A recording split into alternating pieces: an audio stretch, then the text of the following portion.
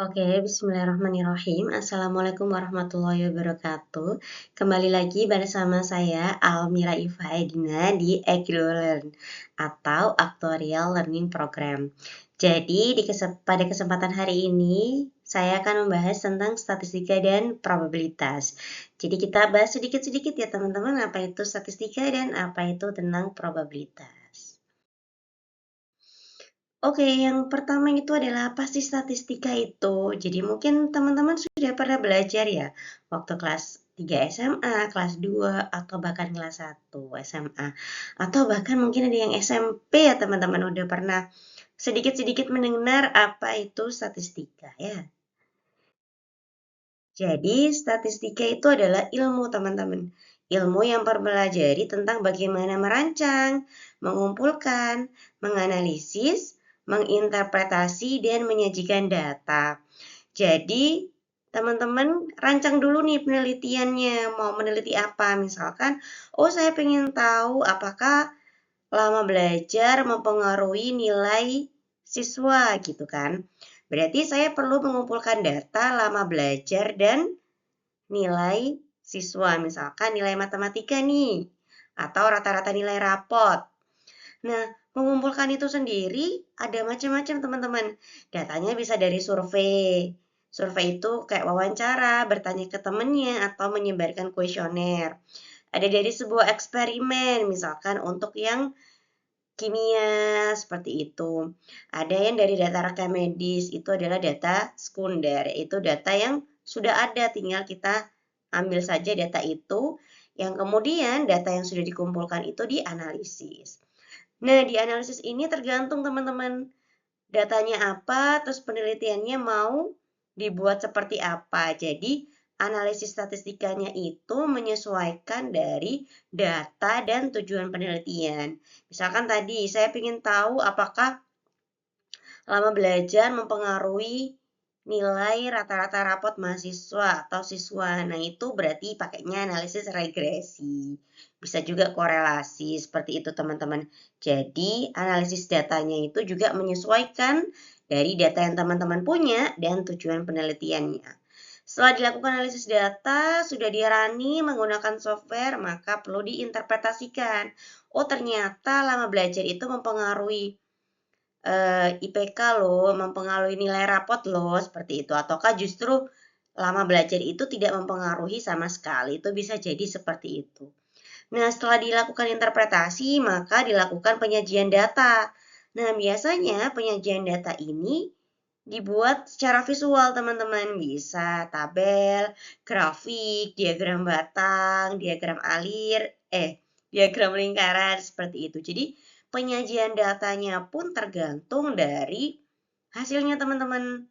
Disesuaikan saja mana yang kira-kira tepat. Apakah diagram lingkaran, atau diagram batang, atau histogram. Jadi disesuaikan. Tujuannya untuk apa divisualisasikan? Ya untuk mempermudah yang membaca nih teman-teman. Karena biasanya orang-orang awam itu lebih gampang menangkap informasi ketika informasinya itu disajikan melalui diagram atau secara visual. Jadi bukan angka saja isinya begitu. Jadi lebih mudah bagi para pembaca begitu.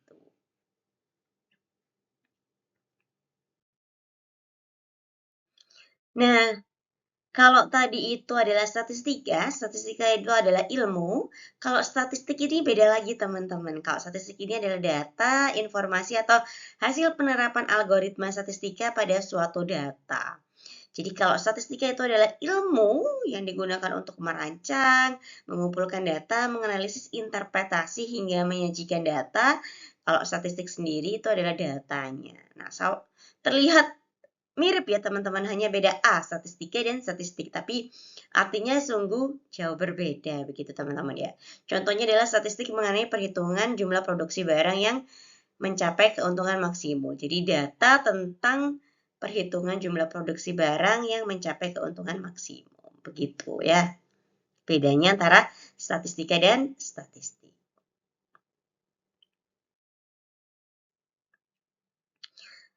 Nah, kemudian ini adalah contoh dari diagram. Bisa diagram batang atau lingkaran, atau ini adalah tabel. Jadi, kembali lagi seperti yang saya jelaskan tadi, untuk visualisasinya itu bergantung dengan data teman-teman.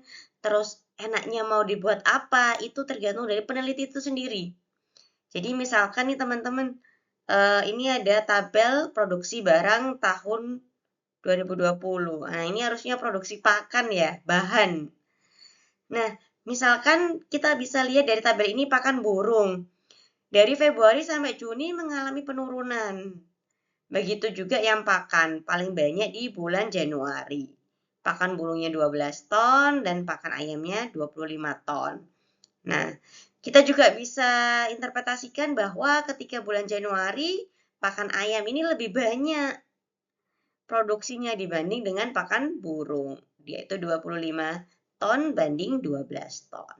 Jadi bisa seperti itu interpretasinya teman-teman. Jadi terserah peneliti mau diinterpretasikan seperti apa sesuai dengan tujuan dari penelitian yang teman-teman buat. Bisa juga, oh saya nggak mau nih pakai tabel, maunya pakai diagram batang. Boleh. Nah, dari diagram batang ini kan terlihat kalau yang oranye-oranye ini lebih tinggi daripada yang biru. Itu menandakan bahwa pakan ayam itu produksinya lebih tinggi dibanding dengan jumlah pakan burung dari bulan Januari sampai dengan Juni. Jadi seperti itu. Jadi bergantung dari tujuan penelitian itu sendiri. Jadi diagramnya itu akan menyesuaikan. Bisa juga saya mau lihat yang pakan burung aja nih. Jadi bisa buat diagram lingkaran. Dilihat bahwa yang paling banyak ini yang biru nih. Yang biru apa? Oh, biru Januari. Berarti jumlah pakan burung yang terbanyak itu adalah di bulan Januari, yaitu 21%. Begitu teman-teman ya. Nah, selain diagram, selain visual, selain definisi tadi, mungkin dari teman-teman sudah pernah mendengar tentang ukuran pemusatan data. Nah, ini juga masuk di statistika ya teman-teman ya. Jadi, usutan pemusatan data itu adalah sebaran ukuran yang menunjukkan pusat segugus data. Kita juga mengenal mean atau rata-rata, yaitu nilai yang mewakili himpunan atau sekumpulan data. Kita mengenal median, yaitu nilai tengah. Nilai yang terletak di tengah dari sekumpulan data. Jadi ketika kita punya data, kita urutkan datanya terlebih dahulu, maka nilai tengah-tengah itu adalah mediannya. Kemudian ada modus, yaitu nilai yang sering muncul dari sekumpulan data. Jadi kita punya data, nilai yang paling sering muncul itu namanya adalah modus. Kalau mean itu dari data kita jumlahkan dibagi dengan banyaknya data. Untuk mempermudah mengenal ukuran pemusatan data, saya punya contoh. Jadi, ini adalah rata-rata, yaitu nilai yang mewakili himpunan atau sekumpulan data. Misalkan saya punya data 1, 3, 5, 7, 9. Berarti mean atau rata-ratanya adalah jumlah semua data. 1 ditambah 3 ditambah 5 ditambah 7 ditambah 9. Hasilnya adalah 25 dibagi banyaknya data. 1, 2, 3, 4, 5. Dibagi 5. Berarti 25 dibagi 5 adalah 5. Berarti mean-nya adalah 5.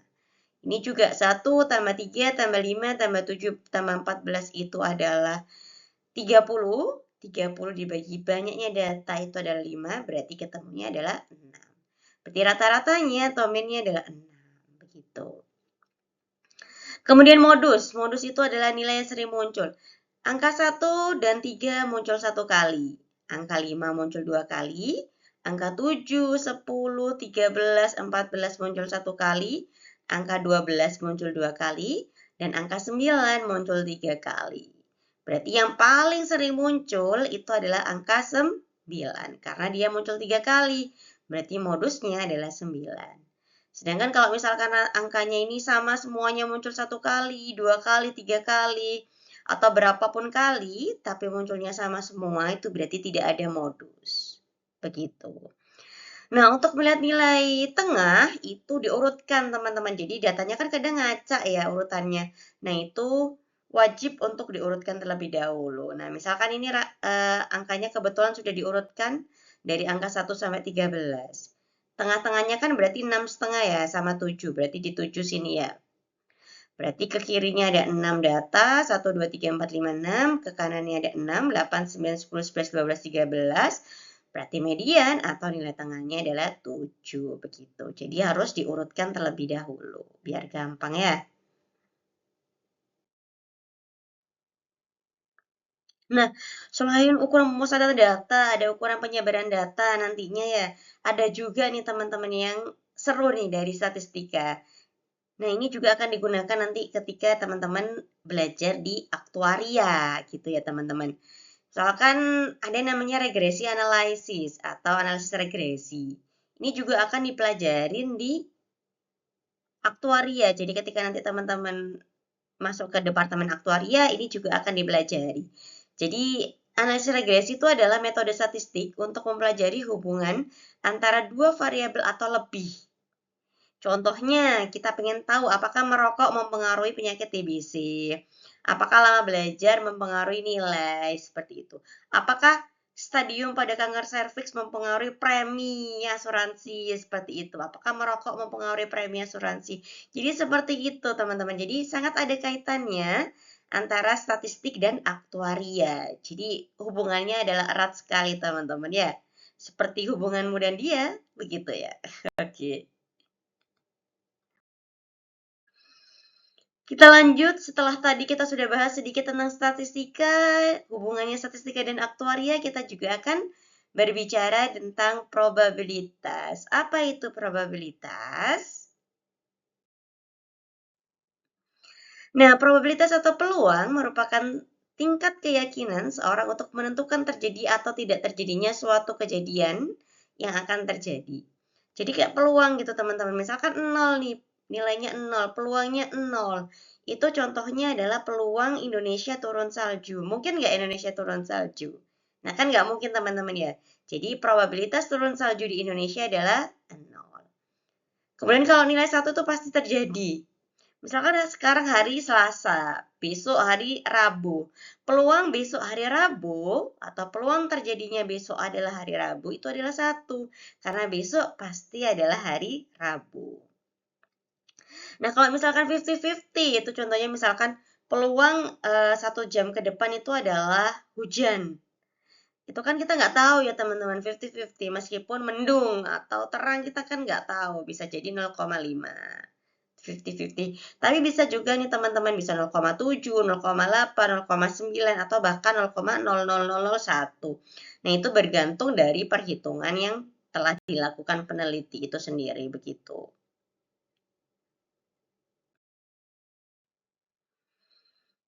Nah, ini contoh yang paling umum nih teman-teman. Peluang muncul angka pada uang koin dengan 1 kali pelemparan itu adalah setengah. Kan di koin itu ada angka dan ada gambar. Probabilitasnya berarti kan setengah-setengah begitu ya. Muncul angka setengah, probabilitas munculnya gambar juga setengah. Atau peluang muncul mata dadu 3 pada sebuah dadu dengan 1 kali pelemparan itu adalah 1/6. Karena kan mata dadu ada 6, berarti 1/6 begitu. Jadi itu ya teman-teman contoh dari probabilitas. Nah ini juga ada erat kaitannya dengan aktuaria karena probabilitas itu juga akan menghitung resiko, peluang seseorang hidup dan mati yang nanti akan bergantung dengan premi asuransi yang harus dibayarkan seperti itu. Jadi hubungannya sangat erat ya teman-teman. Nah ini juga mungkin sudah teman-teman pernah pelajari ya permutasi.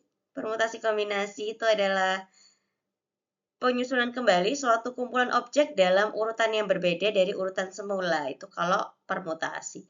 Jadi P-nya ada permutasi, N itu adalah jumlah, R itu adalah kriterianya. Misalkan di sini saya punya A, B, C, D. Saya ingin ngambil atau mengacak 3 huruf. Misalkan A, B, C, B, C, D, C, D, B gitu kan. Kalau misalkan manual kan lama teman-teman.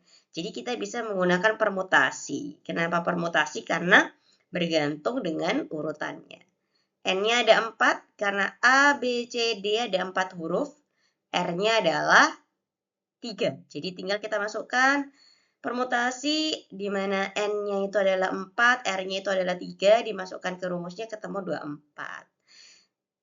Berarti terambilnya 3 huruf itu sebanyak 24 kali percobaan. Faktorial itu adalah tanda seru itu adalah faktorial. Jadi misalkan 4 faktorial itu berarti 4 kali 3 dikali 2 dikali 1. Begitu ya.